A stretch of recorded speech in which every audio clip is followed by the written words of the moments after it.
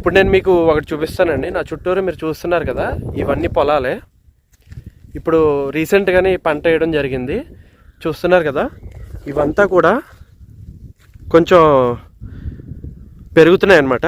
ఇప్పుడు ఈ ఖాళీ సైట్ ఉంది చూసారు ఇక్కడ, ఈ ఖాళీ సైట్ అనేది యాక్చువల్గా పంట పండిన తర్వాత ధాన్యాన్ని ఎగరపోత వేయడానికి, అలాగే మనం పంట దున్నిన తర్వాత పంట వేయడానికి ముందు దున్నినప్పుడు ట్రాక్టర్స్ అవి పెట్టుకోవడానికి ఈ ఖాళీ సైట్ని వాడుతూ ఉంటారనమాట.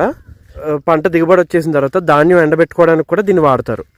ఇప్పుడు ఏంటంటే ఇది చదును చేసేసి ఈ పంట పండే టైంలో, పంట కోతకు వచ్చే టైంలో ఇదంతా కూడా ఇక్కడ ఈ ప్లేస్లోని తోటకూర కానీ గోంగూర కానీ ఇలా కొన్ని మొక్కలు వేస్తారనమాట.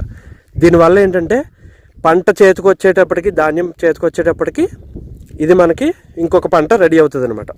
ఏదో ఒక పంట, తోటకూర కానీ గోంగూర కానీ అలా.